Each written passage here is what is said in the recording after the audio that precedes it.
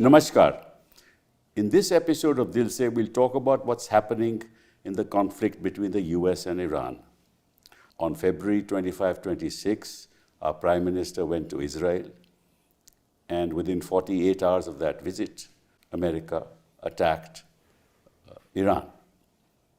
And we don't know why he went there at this point in time, because the last visit was in 2017. And I'm sure that when he went there, Netanyahu must have told him about the attack, and if he didn't, then less said about the great friendship between India and Netanyahu. But we'll move beyond that, because we don't know what's really happening, because there's a lot of misinformation and disinformation that's flying around. We don't know what the extent of the casualties are. We don't know how Iran is responding, in what manner it has broken the air dome of Israel. Those issues we'll not talk about. But we talk about what impact it has on India, because as far as India is concerned, we are highly dependent on the import of crude oil. We import 80% of our crude oil, and 20% of the global oil goes through the Straits of Hormuz. And the Iranians have said that other than Chinese flag ships, they will not allow any other ship to go through the Straits of Hormuz. So that impacts the global community. It impacts the global economy. The price of crude has already gone up to 79. Petrol is selling at 95 in some places in India, at over 100 in other places in India. It has huge impact. The other thing is that our project of the Chabahar port has gone for a 6. We've already invested about $122 million there. That's not going to go forward. Our access to Afghanistan, because we can't go through Pakistan territory, to Afghanistan and to the Central Asian republics, that also has gone for a toss. And we don't know what the outcome of this war is going to be. It may last for very long. The price of crude may go up to 100 and 120. That impacts our economy big time. And apart from that, what are we going to do as far as the Americans are concerned? We've not, in a sense, our Prime Minister has not publicly stated that he is, in a sense, supporting the Americans in this war, despite the fact that we have huge civilizational links for thousands of years with the Iranians. And when the British were in power, our border was contiguous to Iran at that point in time. And so there are very many things that we need to talk about as to the implications of all this as far as India is concerned, both politically and its economy. But there is one other issue that I want to raise, and I will seek my guests today, experts in the field, to comment on it, that we have a relationship with the United States, and we entered in 2016 to the Logistics Exchange Memorandum of Agreement, which allows mutual access to facilities for refueling and logistics between India and the US Armed Forces, including Navy. Now, as you know, Iran attacked American bases in the Middle East, whether it was in Qatar or in Bahrain or in Saudi, and therefore, in a sense, destroyed access to the Americans to those bases for the purposes of attacking Iran. Now, they may want to use the logistics agreement to use India. If that happens, then we'll directly or indirectly be involved in the war. And that's a very serious issue, so we'll have a discussion on some of these issues. So I want to introduce my guest today. Vivek, you've been here so often, and thank you very much, because you've been a tremendous support to us because of your enormous depth of knowledge as far as this area is concerned. You've been in Abu Dhabi, in Cairo, in Washington, in Kuala Lumpur. You've been ambassador to Myanmar, Afghanistan. You've been JS, Iran, Pakistan, Afghanistan, Secretary West. And so you've got enormous experience. You retired in 2011, and every time I open a newspaper and read your article, I sort of learn a lot from it. So thank you very much for being here. Navtej, you, on the other hand, have been both our ambassador to Washington, to America, as well as High Commissioner to the UK. You've been our ambassador to Israel in 2008 to 12, and you've been Secretary West 2014 to 16. And after 38 years, you've retired. And you've got great knowledge of this area and the politics of this area. So apart from the fact that you're a great novelist, you've written so many books, both fiction and non-fiction. Thank you very much for being here. Brahma, you were the strategic thinker here, public intellectual, involved with international security issues, geopolitics, resource diplomacy, and you've got part of the NSAB, member of the NSAB. You got fellowships all over the world. Your articles are written in the New York Times, published in the New York Times, Wall Street Journal, Guardian, Japan Times, CNN, BBC. You're often on those programs. So thank you very much for being here. I'll start with you, Vivek. What's going to happen? I think it's very difficult to predict, but a couple of things I wanted to say as preliminary points. The first is that I see at the moment the real issue in the world is the American desire to bring about a return to colonialism. If you see Marco Rubio's speech in Munich, it's a blatant defense of the expansion of the West in our parts of the world, and he says they should have no guilt and shame. And what is that? I mean, that's colonialism. We've seen two practical manifestations of it. First was in Venezuela in January, and then it's this. Yeah. It's really unheard and of. And Greenland now. Yeah, and it's really unheard of that you have a decapitation strike. You just, without a formal declaration of war, you knock off the entire leadership, the supreme leader of a country, howsoever you may hate him, etc. So I see this as part of that project. And that is why I've argued that if nothing else, we should have taken this into account and expressed right at the beginning some regret, if nothing else, for this American-Israeli action, notwithstanding our close ties, etc. With friends or with people you have a contiguity of interest, it doesn't mean you have to agree to everything. The second point, Kapil, everyone talks of regime change. They are not going after regime change. It's a systems change that they're going after. The difficulty is that when you have a systems change, you need someone to occupy the vacuum. If you destroy the system, someone to occupy the vacuum that will be created. There's no such thing in the offing because there's no one to take the place of this system. After all, in 79, when the Shah left, you had Khomeini who could come in and he established his own system, which was the Vilayat-e-Faqih. So what we are looking at, the prospect we are looking at, is system collapse. And if the Americans are now playing with the minorities, the ethnic minorities, then they're playing with fire. Because if the system collapses and it breaks up, the Iranian Shia core has never broken up over the last many hundred years. If this breaks up, then you'll have all kinds of trouble in the region. Yes. And we will be and India will also be in trouble. We will be directly impacted. Sizable Shia community. No, apart from that, the Gulf will be in flames, will be completely unsettled. Where will the refugees go? Right. They'll go across the waters, they'll destabilize the Gulf altogether. So this region will be in great trouble and be a part of the region. So if you think this through from India's viewpoint, this is a very dangerous moment. And now the Prime Minister is saying peace, diplomacy, etc. And that the first statement was also wishy-washy. But somehow or the other, that statement gave the impression, the perception, that India has decided to be on one side of the equation. That's clear, that's clear. And that was, I think, really not desirable. But let's go back a little to what the Israelis are saying. They are saying for us, it's a matter of our existence. This is what they've been saying.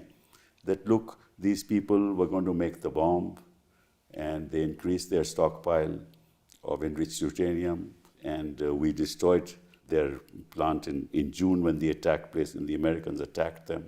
But they said, look, we need to get rid of Iran. We need to control Iran and destroy their nuclear facilities because otherwise we are in danger.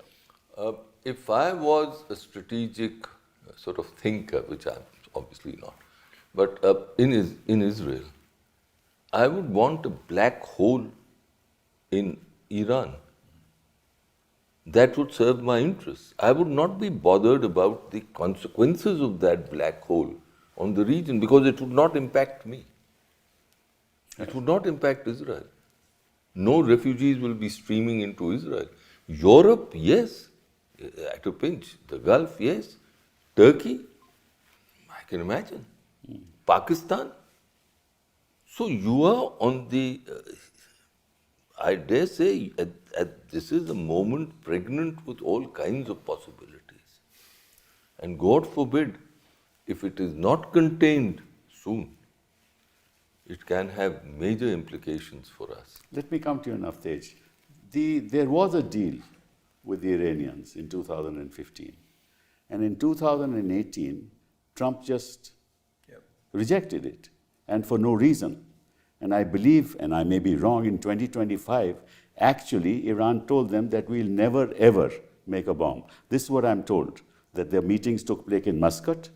The Americans were sitting in one room, and the Iranians are sitting in the other room, and this language was debated for a while, and the Iranians ultimately agreed, and then Trump said, we reject. This is what I'm told.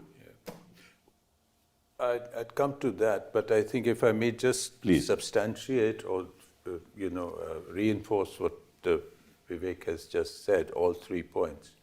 I absolutely agree about this. This is imperialism revisited. Mm-hmm. And actually, I did an analysis of the Rubio speech last week, and today I thought maybe I'd stepped out a bit too much, but when I heard Lindsey Graham frame it as a crusade. I see.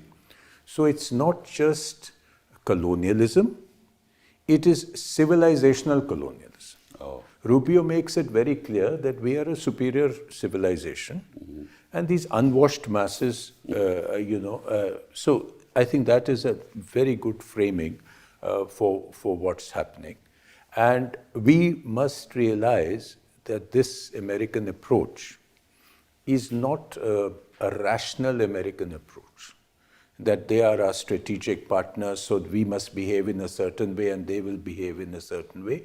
This is now a thing that is out of control. It's a kind of messianic approach. Europe doesn't seem to be part of it, though. Europe is very reluctant. Yes.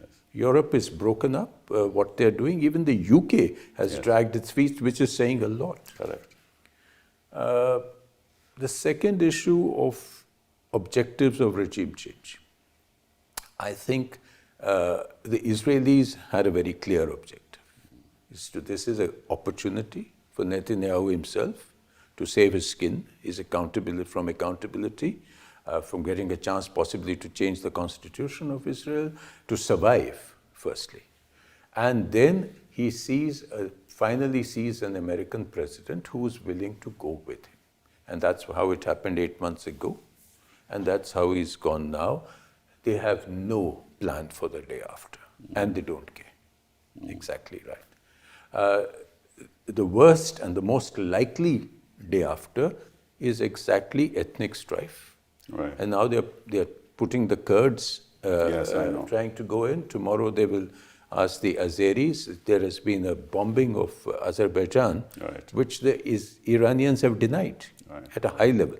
Right. I think Deputy Foreign Minister the military head has denied. So they are saying it's sabotage by Israel. 20% of Turkish population is also Kurds, I believe. So Turkey has another Kurdish problem. So that's another complication.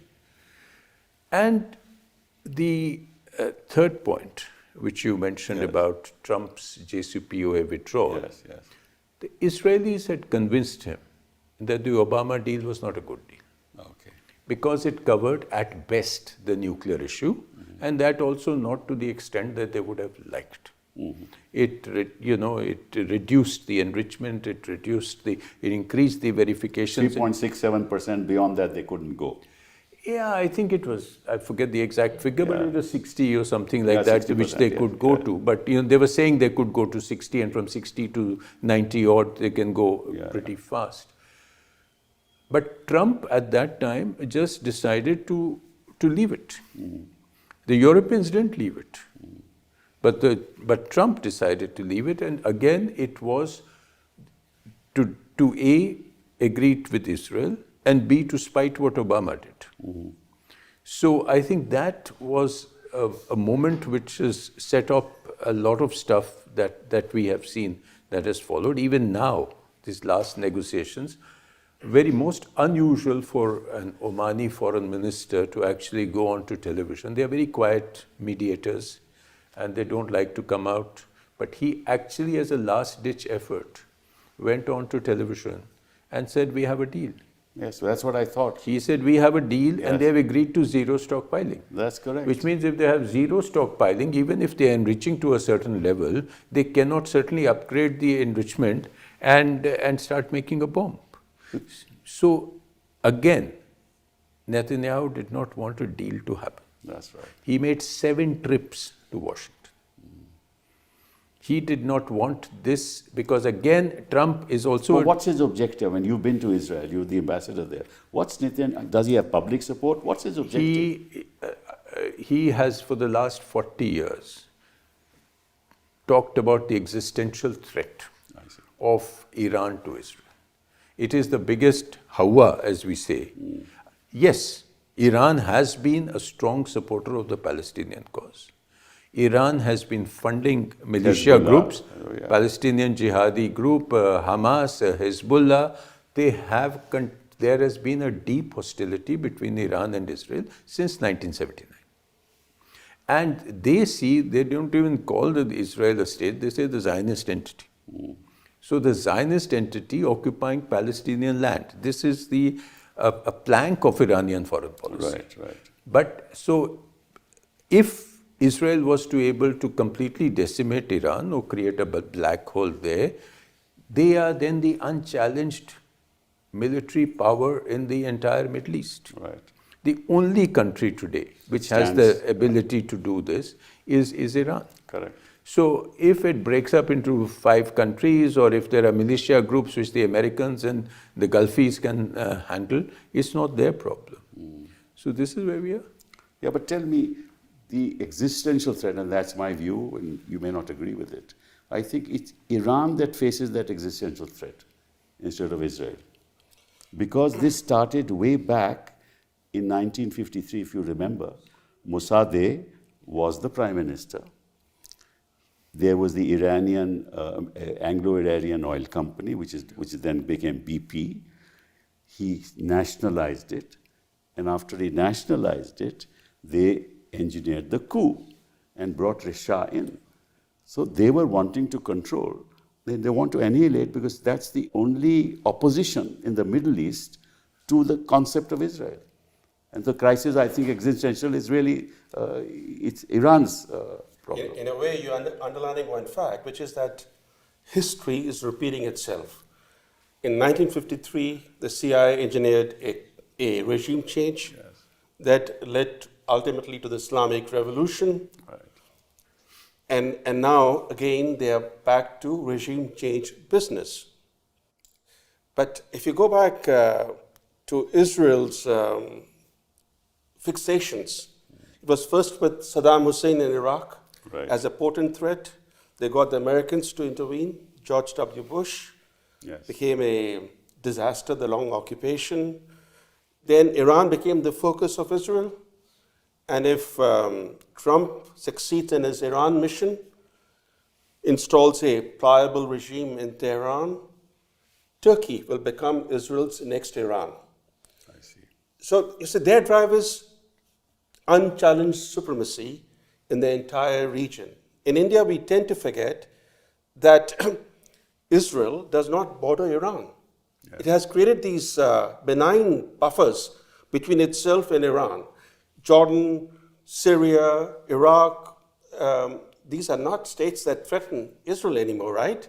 They have either very friendly governments or like Syria, it's a jihadist regime that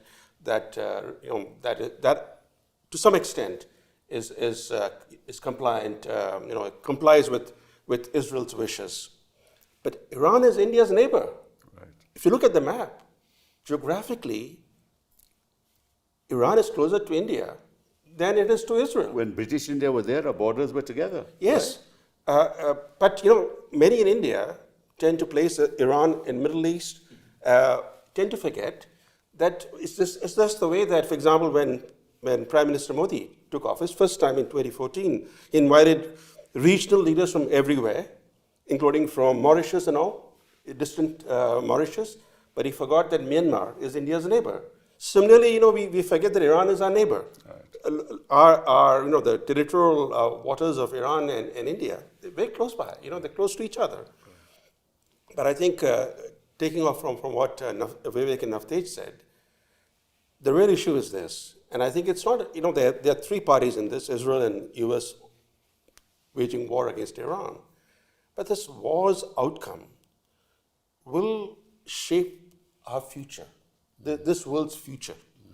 The reason why I say that, because in modern world history, there's no parallel of one national leader upending the international order, casting aside international norms, international rules, and trashing international law, weaponizing trade, resorting to military force so often as Trump has done. Right. In the last 12 months alone, he has carried out military strikes in 7 countries and 2 regions, the Caribbean and the Pacific.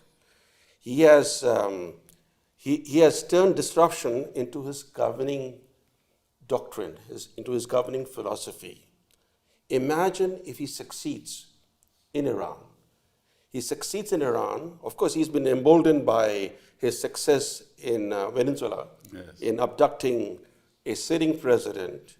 He's also quite emboldened by the fact that he's choking Cuba, deepening the humanitarian crisis there through a blockade. Yes. The world is watching silently, doing nothing about it.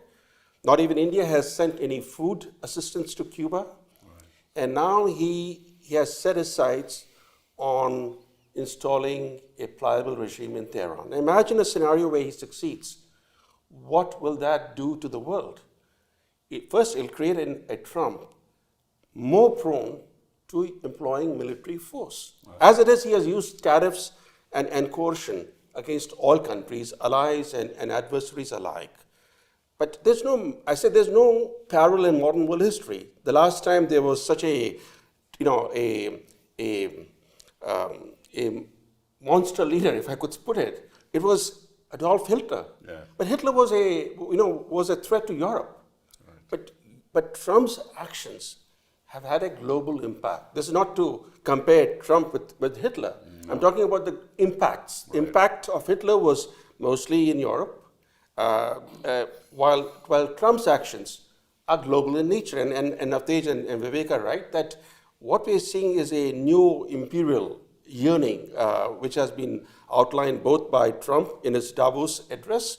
He spoke about Western empires and he talked about their greatness, and Rubio then followed up by talking about the unfortunate demise of those big empires, colonial empires, imperial. So this new imperial yearning that has been publicly outlined, a racial hierarchy, which is also reflected in Trump's domestic policies. This is something was unthinkable until, let's say, a year ago. Yes. That he would actually turn racial hierarchy and racial stereotyping, for example, the way he painted the Obamas as apes, in circulating that imagery. That's correct. It's the racial colonial stereotype that he has sought to regurgitate. But there are serious implications for our world, for our future, for the future of our children. What kind of world are we heading to? And this will be determined very much by what happens in the Iran war and in the remainder of Trump's term in office. So let's be clear, this is not about just Iran. It's about India's future, it's the globe, the trajectory of the world. It's about a world where there are certain norms and rules, a world where abducting a sitting president, blockading a country and making its population starve, or decapitating the leadership of a country, including its supreme leader, these are all being normalized in international relations. Now, if these precedents are normalized really, and other countries go down that path, imagine the kind of world we'll be living in. Let me ask you this, Vivek. I think that you've been extremely eloquent in the consequences that might visit us. But why is our Prime Minister quiet? Surely the mandarins in South Bloc would be telling him of this doomsday scenario. Why is our government quiet, and why is the Prime Minister quiet? I can only speculate, but I've been thinking a lot about this. Why are you quiet? And I can only speculate that people are telling him that Iran is written off for the next 15 to 20 years. Mm-hmm. The battering it is receiving will ensure this. Now, on the other hand, India has enormous interests in the in the Gulf states, Arab Gulf states, and that these interests will remain. And therefore, at this time, our interests demand that we give primacy to those actors in this conflict instead of Iran. Now, my issue is that even if this is the analysis, even then too, no one would in these Gulf states or in Washington too take serious objection if you said that, look, we do not believe that there should be a decapitation strike. It is much too dangerous. Don't do this. Second, and this is the point that I would like to bring in at this stage, I don't see any prospects of the Americans, the Israelis can't, but of the Americans really putting in boots on the ground. If they don't put in boots on the ground, there is no way in which the Vilayat-e-Faqih system will go. You can raise ethnic strife, they can fragment, but they will remain, and the Persian core will be under the greatest stress. Right. If that happens, then we get affected in the scenario that I painted. Yeah, that's why. So if the scenario that you have painted, I don't think they've thought through to this extent. They perhaps think, because they were not thinking at the time when they took this decision on the 28th, and I believe that there's been a change today, because still yesterday the signals emanating from Delhi were no condolence book is to be signed, nothing. And today you have the Foreign Secretary going and signing condolence. a bit too late, I guess. Well, so there I think there has been a rethink. We've got to see how deep is this rethink. And then, of course, this point that you raised right at the beginning, which is that we have these arrangements and agreements with the US. Yeah. Where does that leave us? I would tend to think that those agreements relating to access relate to peacetime. But he has not declared war on Iran. No, but if there's a conflict, if there's a violence, you don't have to formally declare war for you to invoke for kind of saying that we will not go into conflict. So you think say that conflict. we will stand and say, look, no, we will not allow you to Well, refuel if here. you recollect Vajpayee ji, Vajpayee was different. Vajpayee ji's time, he said, no, I mean, you know how he played the game, and he said, we will not You allow, can't even compare though... Vajpayee. One other issue They which can't compare Vajpayee with No, well, but I'm only saying that he did that when he came under pressure. He said, "Man, he nahi took karunga." the opposition into confidence. He We said, had "Man, all he that said, happened. no, But if I could just make one point, please. Vivek, which is that India has these two agreements. One is the, this logistics agreement, Yes. LIMOA, Yes. and the other is COMCASA. COMCASA, correct. So, the 2016 LIMOA and 2018 COMCASA.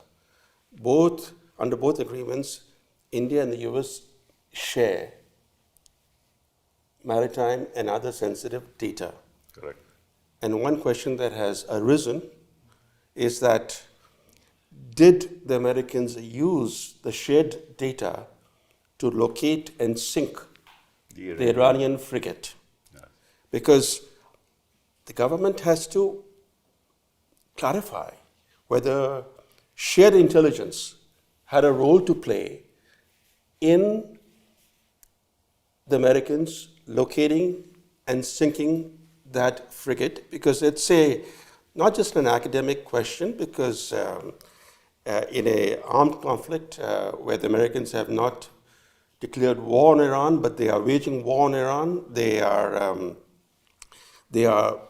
today pressuring India to fully activate LMOA so that American military assets in the Indian Ocean are able to refuel and use Indian maintenance facilities at Indian ports.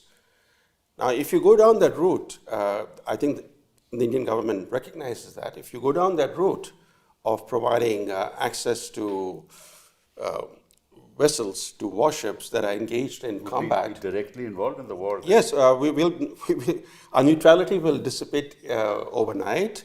And I think the government is today caught between external pressures and internal pressures. The external pressures are coming primarily from the Americans that want full access under this agreement, and domestically the opposition is attacking the government for continuing with this agreement because India can suspend the agreement.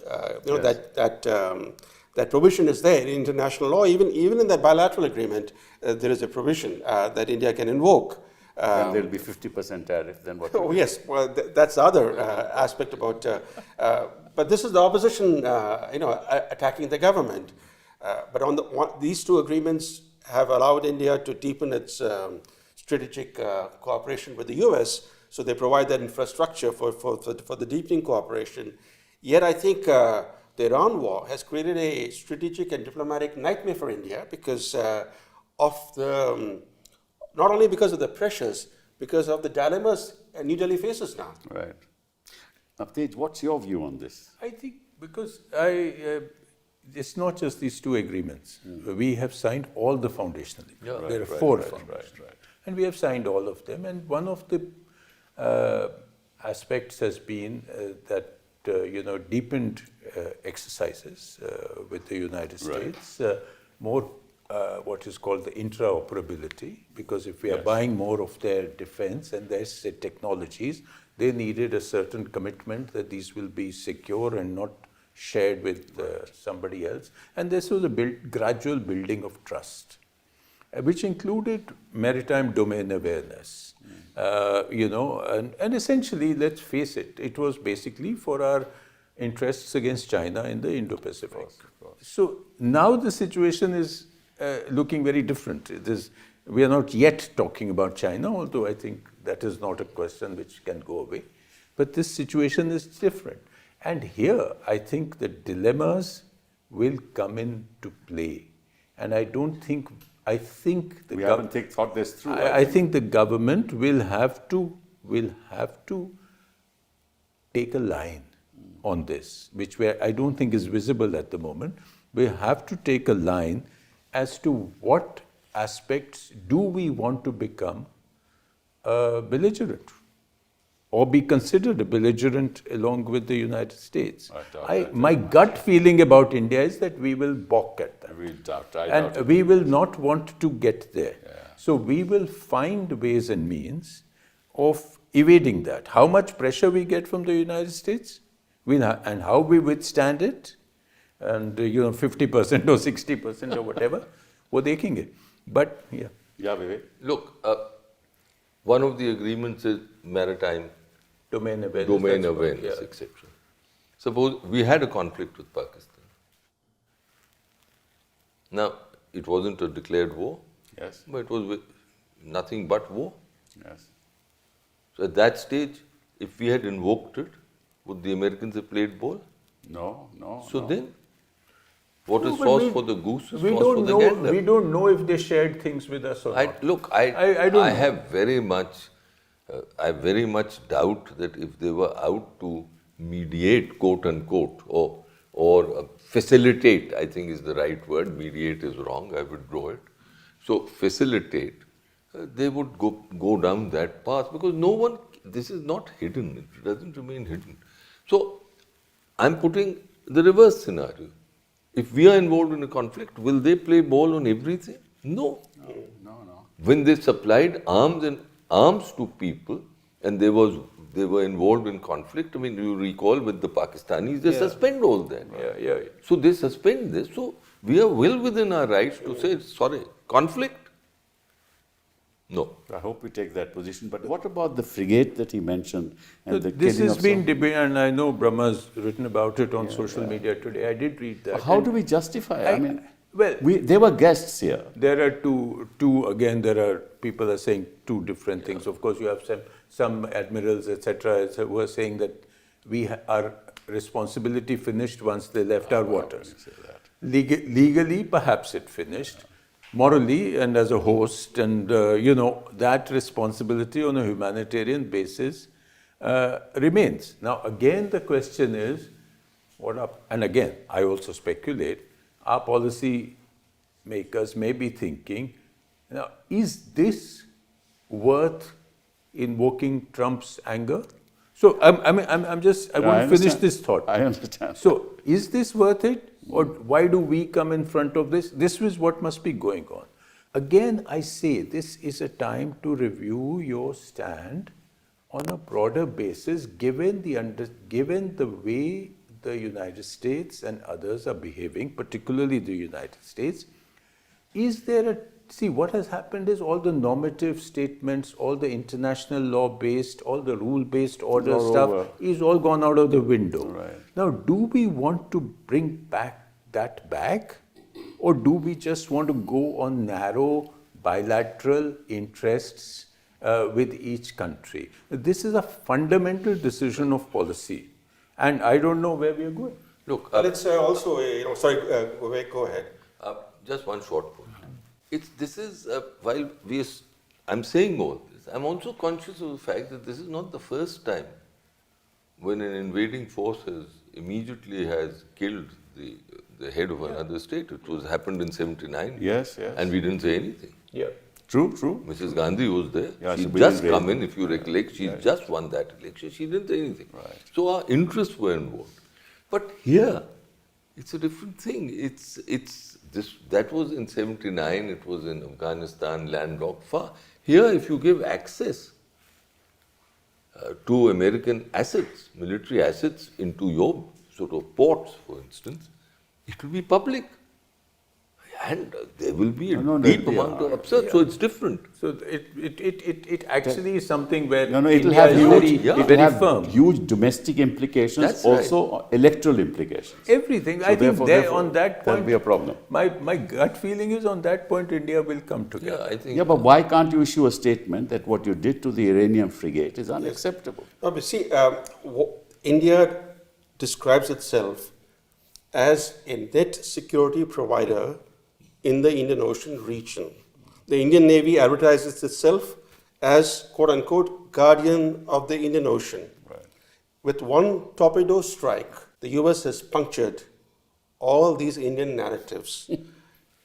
It has left India looking really bad in its own region. And this is not the first time. Trump has been doing it repeatedly. Each time the Modi government has employed military force, there were two occasions. One was the Balakot airstrike, then second was Operation Sindoor. Who announced the cessation of hostilities? Not India. Trump. But Trump in his first term, and Trump then more we are recently. very considerate and diplomatic. We want others to do the things that we should be Yes, that's doing. right. We are very, we're generous in this regard. we're the good boy. Good boys, But I think here, a guest frigate of a country is attacked very close to Indian waters, and we are caught by complete surprise. We don't want to enraged Donald Trump. Yet our interests demand that we stand our ground, that I'm not saying we make an issue in public. At least we should, for example, express serious concern over the fact that a guest vessel was torpedoed in India's maritime backyard, that express our resolve that international norms and international law should be upheld. 2014 onwards, we'll do none of that. We've done none of that. You don't expect any of that. We've been, all said and done, we've been embarrassed. Yes, deeply It's embarrassed. a matter of embarrassment to the Navy, and that demands a certain comment. No, I think while we think of all this, there are several other serious problems which I hope are being studied you have 9 to 10 million people. Right. And we are a country which evacuates people. Right. How? If already Indians are trying to leave the Middle East. Right. As you yourself said, our oil and energy, gas, LPG, LNG, everything, 40% of energy needs. Qatar has said we're not producing any more LPG. So we are going to have a problem in about 2 weeks. I believe Mangalore refinery has already issued something. The third thing is fertilizer. Right. Fertilizer, nobody is noticing, also comes out of Hormuz. Yes. And we are going to run into harvests and etc., and you're going to have a problem on all these issues. Fourth is where Vivek started, what the region is going to look after this is over, in whatever fashion it is over. Right. That whole bubble of the Gulf countries, of which we were very much a part, of becoming the new sort of piece of heaven on earth, AI and data centers and innovation and India Middle East corridor and a lot of pie in the sky. They hit data centers. They hit data centers. They hit data centers. Whether or not Iran survives in whatever fashion, that level of trust for that kind of investment is gone. Right. Particularly if you have a civil war and a strife-ridden, ethnically divided region. You think you're going to have all that people coming back and investment? No way. So we will need to go back to the drawing board on many issues. And particularly on our approach to West Asia, we'll have to rethink everything. What about our standing in the global order and our standing in the South? I mean, we've lost that leadership. Even South Africa has commented. Brazil, of course, has been more, more forthcoming. So at the moment, I think that is honestly not the biggest priority. No, it's not a question of priority. Yeah. We are not a voice in the world that matters anymore. Yet, That's clear. The paradox, Kapil, is that And we are Vishguru. While what you say is true, yet at the same time, India's international profile has continued to rise. There are at least 2 or 3 reasons. That's because of 140 crore people. Yeah, no, India is the world's fastest growing major economy. It's the world's 3rd largest defense spender. India's military modernization combined with India's growing economic weight does create a rising international we are profile. buyers, not sellers. Exactly, That's we the are. problem. No, Its weight is because we need investment. Yes. And also, there's several other aspects that need to be factored in. But I think I was just listening to Navtej about the 9.3 million estimated Indians in the Middle East. But the Hormuz problem that now we are facing, partly is, we created that because, since we have been gradually phasing down Russian oil imports and becoming more dependent on the Strait of Hormuz transport. Now, we didn't see the Hormuz problem coming, and certainly that wasn't the fault of the Indian government. But what we have done basically is to is to give up the discounts for higher priced crude oil purchases. But in the process, we have now created a situation where our economic growth and energy security are being held hostage. Now, if you look at LPG, this will 85% of India's LPG comes through the Strait of Hormuz. 85%, because there are no stocks of LPG in India, unlike of oil and That's only LNG. 25 days now. Yes. This will directly hit Indian households very quickly.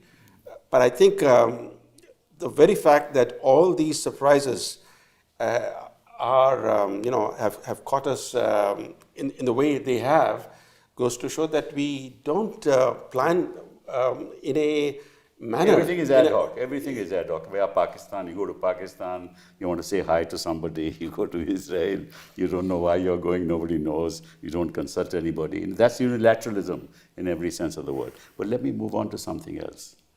What's the attitude of China and Russia, and how is this going to play out with them?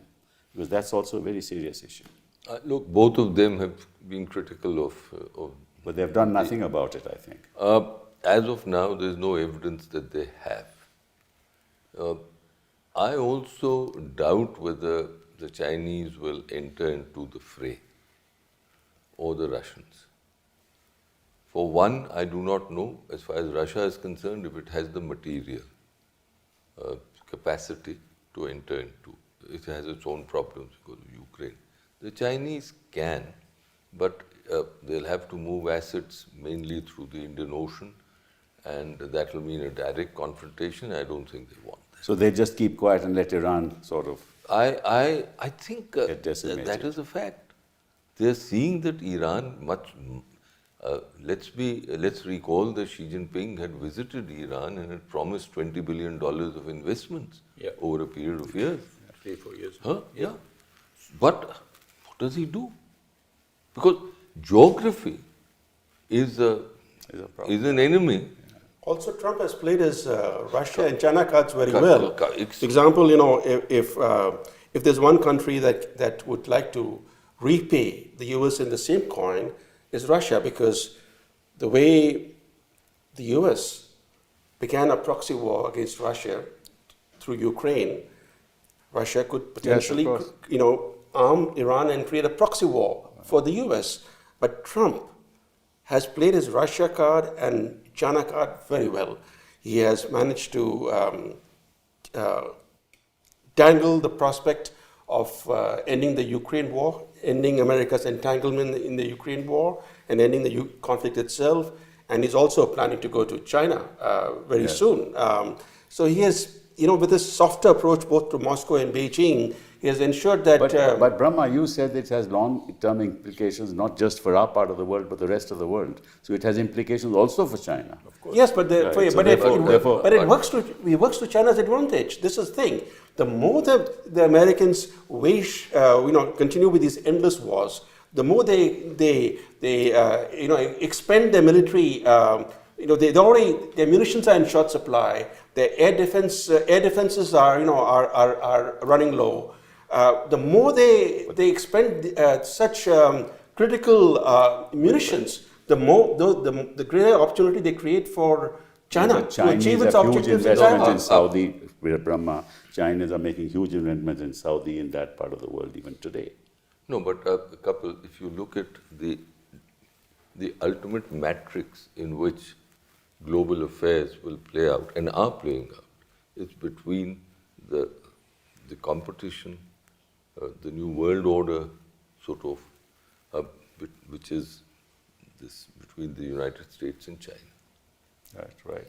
And in that sense, Iran is small potatoes. No, of course, I don't doubt it. It is impacting us. It will impact the region. It will have sort of. But if Region you has look at implications to the China, world also. and if you look at the Americans and the Western outpost in Israel, it doesn't impact them. Yeah, but there are all sorts of fantastic explanations today for everything. And some of the Trump apologists are saying that this is actually aimed at China. I see. Yeah, because choking off. I've taken control of the entire Venezuelan oil supply. I've I'll take control of all the oil supply and gas in Hormuz. And that's who gets squeezed the most? Interesting. China. But China has this Russia option of importing more Russian oil and gas, which India doesn't have that land route. That's true. Well, that is true. But this is, as I said, all sorts of fantastic. Okay, let's move away explanations. from there. Let's move on. What is the Muslim world, whether it's Sunni or Shia, going to do ultimately if this happens? I mean, I'll start with you, Vivek. Look, the Islamic world at one level is agitated and hurt. If you take India, for example, while the Shias have been in the forefront of the agitation, but I think at one level even the Sunnis, Sunnis are not happy with what has happened. But then the cleavages in the Islamic world are so basic that there is no evidence as yet that they will be healed. And certainly the action that the Iranians have taken in bombing the Gulf states, Right. even though they say that we are bombing American assets or those who are with the Americans, I think that will not play well in the Sunni world. So the Islamic world will not be united on this, and I think that is one factor that the Americans are relying on. But if the idea is to colonize the world or by force, then slowly it will reach them also, depending on where, which country. I But think- the colonization also involves smash and grab and also controlling natural resources, Yes. primarily oil and gas. Now, for example, by abducting the sitting president, the US now has control of the world's largest proven oil reserves in Venezuela. Imagine if they have a pliant regime in Tehran. Iran sits on Saudis huge are already reserves with them anyway. of oil and gas. As it is, the US is already the world's largest LNG exporter, also the world's largest oil producer. Its oil production is greater than that of Saudi Arabia and Russia combined. Right. So, but now with Venezuela and Iran operations, if Iran operation succeeds, the US will have a chokehold on international supplies of oil and gas. But that's the whole objective. Yeah, but one other thing on which there's very little talk, which is that this war, there are many wars that the Americans have fought, but there's been no war before where the US has reaped a strategic windfall from the word go. This war from the word go has proved a major financial boon for America's oil and LNG exporters. The LNG prices in Asia have doubled. Yes. Doubled. In Europe, LNG prices are up 40 to 65%, depending on a specific country. There is no Hormuz bottleneck for US shipments. But Russia has threatened that if you But continue. prices are going up in the US. Yes. Yes, Inflation. domestic prices. Yes, domestic. But while And the which is why- exporters are making a killing.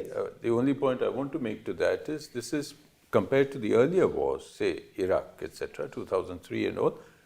This war has got the lowest support within the US. Yes, no doubt about So you had 90% behind George W. Bush. Right.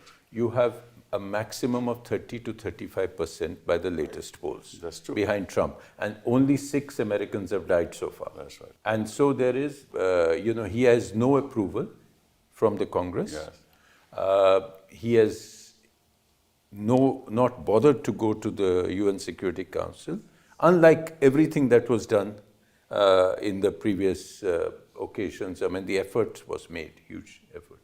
So I think we can't completely say that all Americans are sanguine and behind him on this. No. And that is going to be a factor which, as the midterms come closer, is going to begin to constrain the United States, at least theoretically. Because now they've said 8 weeks. Let's see. Look, let me say this, that there are so many imponderables, Kapil, at this time. We just don't that know. it is very difficult to chart out Anything. anything. Especially when Trump is there. You don't know what he's Trump going is to do. there, and then one factor that I mentioned, and I'll again repeat it.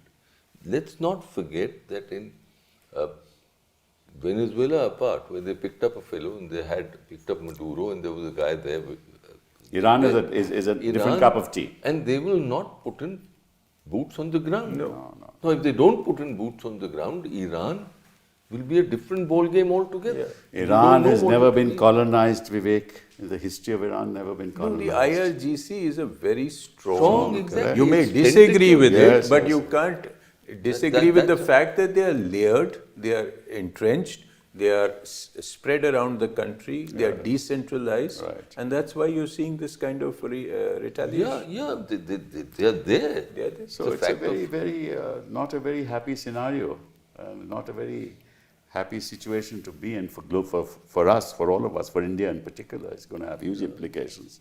And I think the quicker, as you say, they go back to the drawing board and decide what to do next. I think that's necessary. I think they will, well, because once the pieces fall, we'll have to see how to pick them up. Yes, I know. And let's hope Modi ji listens.